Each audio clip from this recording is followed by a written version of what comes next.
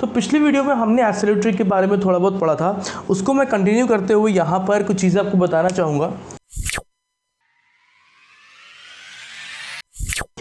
हम लोगों ने इक्वेशन देखी थी y is equal to W1 plus P alpha X plus W2 plus alpha. ये हमने इक्वेशन देखी थी अपने पिछले वीडियो में। पिछले वीडियो में हमने ये इक्वेशन देखी थी।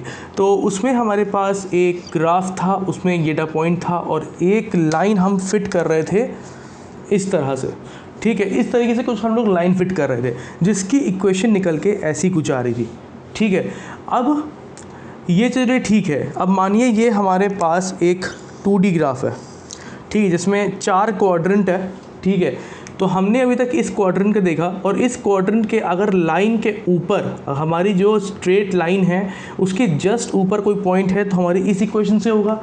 बट अगर मान लीजिए यही पॉइंट यहाँ पर हुआ तो क्या इस इक्वेशन से हम लाइन इसके बेसिस पे फिट कर सकते हैं? मतलब ये पॉइंट क्या होगा, इस लाइन को अपनी तरफ घसीट रहा होगा, ठीक है। तो क्या इस इक्वेशन से काम चलेगा? नहीं चलेगा। तो उसके लिए हमारी इक्वेशन होती है y is equal two point number 2 के लिए, ये पॉइंट नंबर 1 के लिए है, ठीक है, जो कि ये पॉइंट 1 है। हम पॉइंट नंबर 2 के लिए लिख रहे हैं y1 minus P alpha X plus y2 minus alpha. Simple, कोई दिक्कत नहीं है। क्यों नहीं है? क्योंकि लाइन के नीचे है पॉइंट, इसलिए ये सीधी बात है कि ये पॉइंट जो है इसकी इक्वेशन ये निकल के आएगी।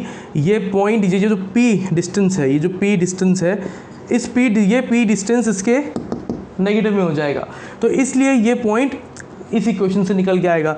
बट अगर मान लीजिए पॉइंट यहाँ पर है, मतलब थर्ड क्वाड्रेंट में, तो क्या इक्वेशन होगी? तो भी इक्वेशन ये P1 वाली इक्वेशन रहेगी। ये P2 की इक्वेशन है, ये P1 वाली इक्वेशन ही रहेगी। क्यों? क्योंकि स्टिल ये लाइन के ऊपर पॉइंट है, तो और लाइन के फिर से अगर यहाँ पर पॉइंट नीचे है तो फिर से ये इक्वेशन हो जाएगी।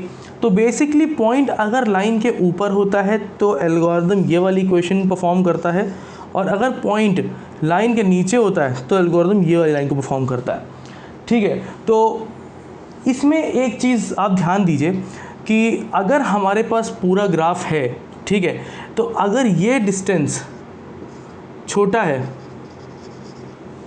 अगर ये डिस्टेंस छोटा है तो हम लोग छोटी डिस्टेंस ऐड कर रहे हैं, ठीक है। अगर ये डिस्टेंस छोटा है तो p की वैल्यू भी छोटी होगी। अगर ये डिस्टेंस पॉइंट और एक्सिस के बीच में डिस्टेंस छोटी है तो p की वैल्यू छोटी होगी, तो हम लोग इक्वेशन में छोटी वैल्यू ऐड कर रहे हैं। और अगर यही पॉइंट यहाँ पर है, कहीं दूर है, तो ये डिस्टेंस ज़्यादा है तो p की वैल्यू भी ज़्यादा होगी। तो हम लोग इस जो ये वाली जो इक्वेशन है, ये दोनों इक्वेशन में बड़ी वैल्यू ऐड कर रहे हैं। अभी तो हम लोग p के टर्म्स में देख रहे हैं ना, तो बड़ी वैल्यू ऐड कर रहे हैं। तो फिर से मैं इसको अगर बताऊं तो अगर जो पॉइंट और एक्सिस के बीच में जो डिस्टेंस है वो हमारी p है, और अगर वो डिस्टेंस छोटी है तो इक्वेशन में भी छोटा सा चेंज आ रहा है।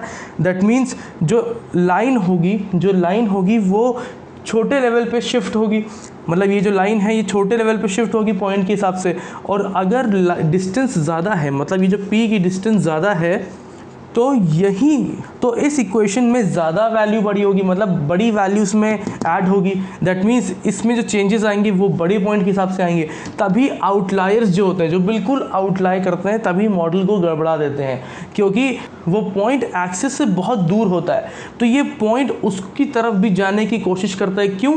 क्योंकि वो डिस्टेंस इतनी ज़्यादा बड़ी होती है कि इस इक्वेशन में जब वो उस पॉइंट के हिसाब से ऐड होती है तो वो लाइन गलत तरीके में चले जाती है, मतलब वो आउटलायर की तरफ जाने की कोशिश करती है। तो इन सारे पॉइंट्स को वो कम वैल्यू देती है, तो कभी इसीलिए आउटलायर थोड़ी प्रॉब्लम क्रिएट करते हैं।